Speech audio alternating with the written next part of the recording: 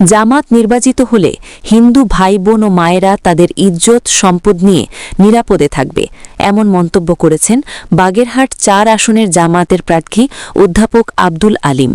বিস্তারিত জানাচ্ছেন কলি আক্তার। বাগেরহাটের মোড়েলগঞ্জে নির্বাচনী জনসভায় বাগেরহাট ৪ মোড়েলগঞ্জ শরণখোলা আসনে জামাত ইসলামের মনোনীত প্রার্থী অধ্যাপক আব্দুল আলিম বলেছেন, জামাত নির্বাচিত হলে হিন্দু ভাই বোন ও মায়েরা তাদের ইজ্জত সম্পদ নিয়ে নিরাপদে থাকবে, যেমনি শিশু তার মায়ের কোলে নিরাপদ। লুটতরাজ, চাঁদবাজ, জমি দখল, ঘের লুট, হিন্দুদের সম্পদ লুণ্ঠনকারীদের কঠোর হস্তে দমন করা হবে।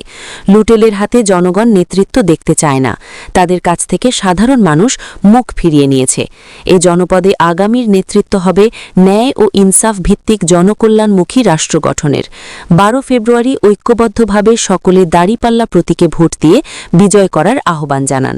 বুধবার বিকেল ৫টায় উপজেলার ১ নং তেলিগাতি ইউনিয়ন পরিষদ মাঠে ও সন্ধ্যা ৭টায় বনগ্রাম ইউনিয়ন পরিষদ মাঠে জামাত ইসলামীর আয়োজিত দাঁড়িপাল্লা প্রতীকের এক নির্বাচনী জনসভায় প্রধান অতিথির বক্তৃতা করেন।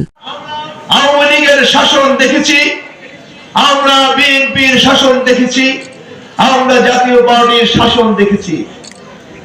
৫ তারিখের পরে একটি বৃহত্তর দল যারা রাষ্ট্র ক্ষমতায় যেতে চায়, তাদের স্বরূপ, তাদের চেহারা আমরা হারে হারে টের পেয়েছি।